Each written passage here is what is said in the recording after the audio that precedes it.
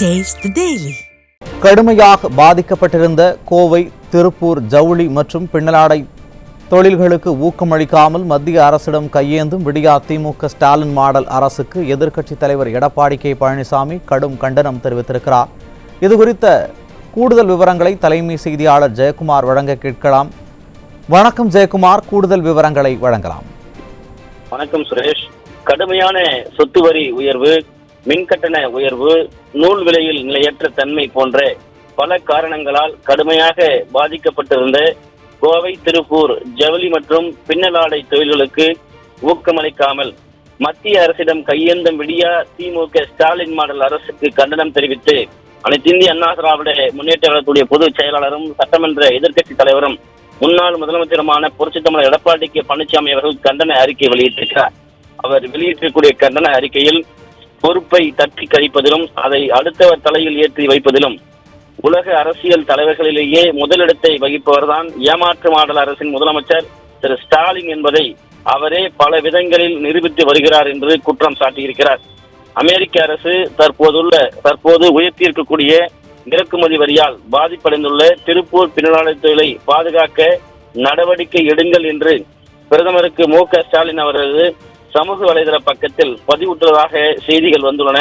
2021 ஆண்டு ஆட்சி பொறுப்பேற்றது முதல் இன்று வரை இவர் ஜவுளி மற்றும் பின்னலாடை தொழிலுக்கு ஏற்படுத்திய இடையூறுகள், பிரச்சனைகள் ஏராளம். அதனால் அந்த தொழில்கள் ஏற்கனவே நலிவடைந்து உள்ளது என்பதே உண்மை என்று அதிமுக பொதுச் செயலாளர் புரட்சித் தமிழர் எடப்பாடி கே பழனிசாமி அவர்கள் தெரிவித்திருக்கிறார்.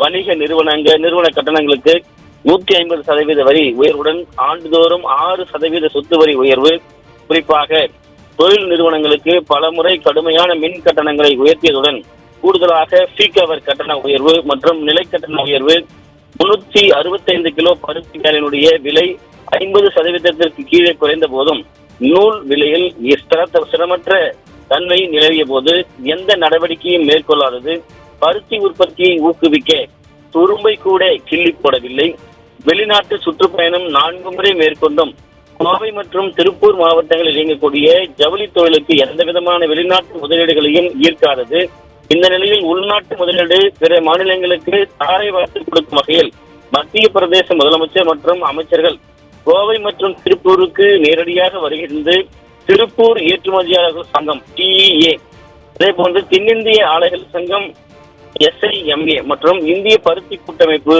ICF ஆகியவற்றுடன் ஒப்பந்தம் மேற்கொண்டு மத்திய பிரதேசத்தில் பருத்தி வளர்ச்சி வாரியத்தை நிறுவிடவும், அதே போன்று எக்ஸ்ட்ரா லார்ஜ் ஸ்டேபிள் ELS பருத்தி உற்பத்தி மற்றும் பரப்பளவை அதிகரிக்கவும், மத்திய பிரதேசத்தினுடைய ஆடை தொழிலுக்கான முதலீட்டு வாய்ப்புகளை ஊக்குவிப்பதோடு ஆடை உற்பத்தி நிறுவனங்களுடைய வளர்ச்சியை எளிதாகவும், திறன் மேம்பாட்டு வசதிகளில் ஆலோசனைகள் வழங்குதல் உள்ளிட்ட பல்வேறு அம்சங்களை சைமா மற்றும் ICF உடன் இணைந்து செயல்படும் வகையில் தமிழகத்தினுடைய முதலீடுகள் வெளி மாநிலங்களுக்கு செல்வதை வேடிக்கை பார்த்த அரசுதான் இந்த விடியா திமுக ஸ்டாலின் மாடல் ஃபெயிலர் அரசு என்று அதிமுக பொதுச் செயலாளர் புரட்சித் தமிழர் எடப்பாடி கே பழனிசாமி அவர்கள் குற்றம் சாட்டியிருக்கிறார்.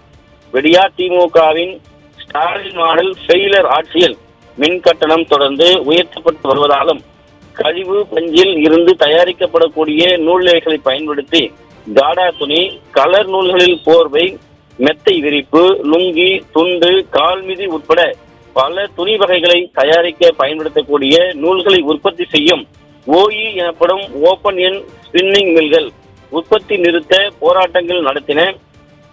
இவர்களுடைய கோரிக்கையை விடியா திமுக ஸ்டாலின் மாடல் ஃபெயிலர் அரசு கண்டுகொள்ளவே இல்லை என்பதை தெளிவுபடுத்தியுள்ளார். இந்தியாவிலேயே தமிழ்நாட்டில் குறிப்பாக கோவை, ஈரோடு, திருப்பூர், கரூர், நாமக்கல் உள்ளிட்ட மாவட்டங்களில் ஸ்பின்னிங் மில்கள், அதே போன்று ஓபன் எண்ட் ஸ்பின்னிங் மில்கள் அதிக அளவில் உள்ளன. இந்த மில்கள் தமிழக மக்களுக்கு மட்டுமன்றி பல லட்சக்கணக்கான வட மாநில மக்களுக்கும் அதிக அளவில் வேலை வாய்ப்புகளை வழங்கி அவருடைய வாழ்வாதாரத்திற்கு ஆதாரமாக விளங்கி வருகிறது என்று குறிப்பிட்டிருக்கிறார்.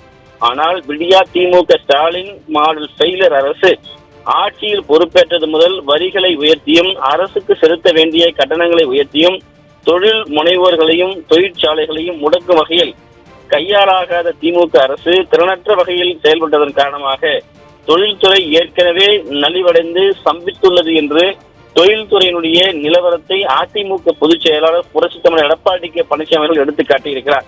இதன் காரணமாக தென்னிந்தியாவினுடைய மான்செஸ்டர் என்று அழைக்கப்படும் கோயம்புத்தூரில் பின்னலாடை நகரம் மற்றும் டாலர் சிட்டி என்று அழைக்கப்படும் திருப்பூரிலும் உள்நாட்டு மற்றும் வெளிநாட்டு முதலீடுகளும் வியாபாரங்களும் மெதுவாக தமிழ்நாட்டை விட்டு ஏற்கனவே 2022 முதல் வெளியேற துவங்கிவிட்டன.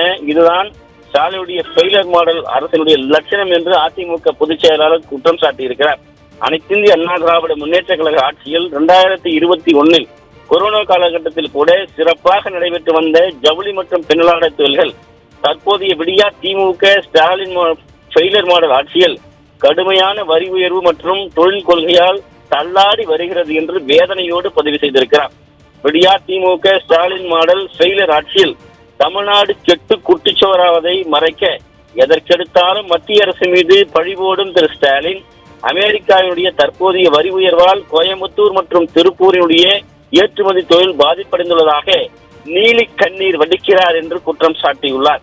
உண்மையில் இந்த விடியா திமுகவின் 52 மாத கால ஆட்சியின் அலங்கோல செயல்பாடுகளால் கோவை, திருப்பூர் பின்னலாடை, ஆயத்த ஆடை ஏற்றுமதி தொழில்கள் ஏற்கனவே கடுமையாக பாதிப்படைந்துள்ளதை என்பதை உண்மை என்பதை அதிமுக பொதுச் செயலாளர் புரட்சித் தலைவர் எடப்பாடி கே பழனிசாமி அவர்கள் தெளிவுபடுத்தியிருக்கிறார்.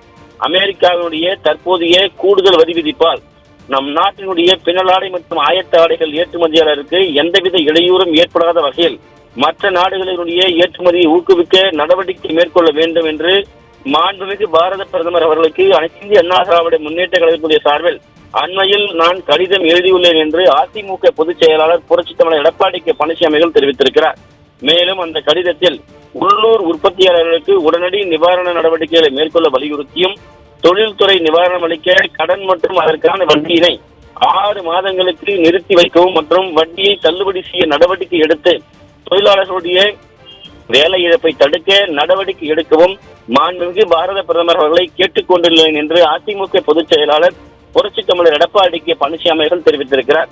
அமெரிக்காவில் இந்திய பொருட்களை இறக்குமதி செய்பவர்கள் கூடுதல் வரி செலுத்த வேண்டும். இதனால் இந்திய பின்னலாடை அமெரிக்க சந்தையில் பிற நாட்டு ஜவுளி பொருட்களோடு போட்டியிட முடியாமல் விற்பனை புரியும். எனினும் இங்கு பின்னலாடை மற்றும் ஆயத்த ஆடைகள் தங்கு தடை இல்லாமல் உற்பத்தியானால்தான் பிற நாடுகளுக்கு ஏற்றுமதி செய்ய முடியும். நாட்டுக்கும் அந்நிய செலாவணி கிடைக்கும். ஆயத்த ஆடை தொழில்கள் ஏற்பட்டிருக்கக்கூடிய தொய்வை போக்க இந்த விடியா திமுக ஸ்டாலின் ஃபெயிலர் மாடல் அரசை உடனடியாக ஆக்கப்பூர்வமான நடவடிக்கைகள் எடுக்க வேண்டும் என்று வலியுறுத்துகிறேன் என்று அனைத்து இந்திய அண்ணா திராவிட முன்னேற்ற கழகத்துடைய பொதுச் செயலாளரும் சட்டமன்ற எதிர்க்கட்சி தலைவரும் முன்னாள் முதலமைச்சருமான புரட்சித் தமிழர் எடப்பாடி கே பழனிசாமி அவர்களிடத்திற்கக்கூடிய கண்டன அறிக்கையில் ஸ்டாலினுடைய ஃபெயிலர் மாடல் அரசுக்கு தெளிவுபடுத்தி இருப்பது குறிப்பிடத்தக்கது. சுரேஷ், விரிவான தகவல்களை வழங்கியமைக்கு நன்றி ஜெயக்குமார்.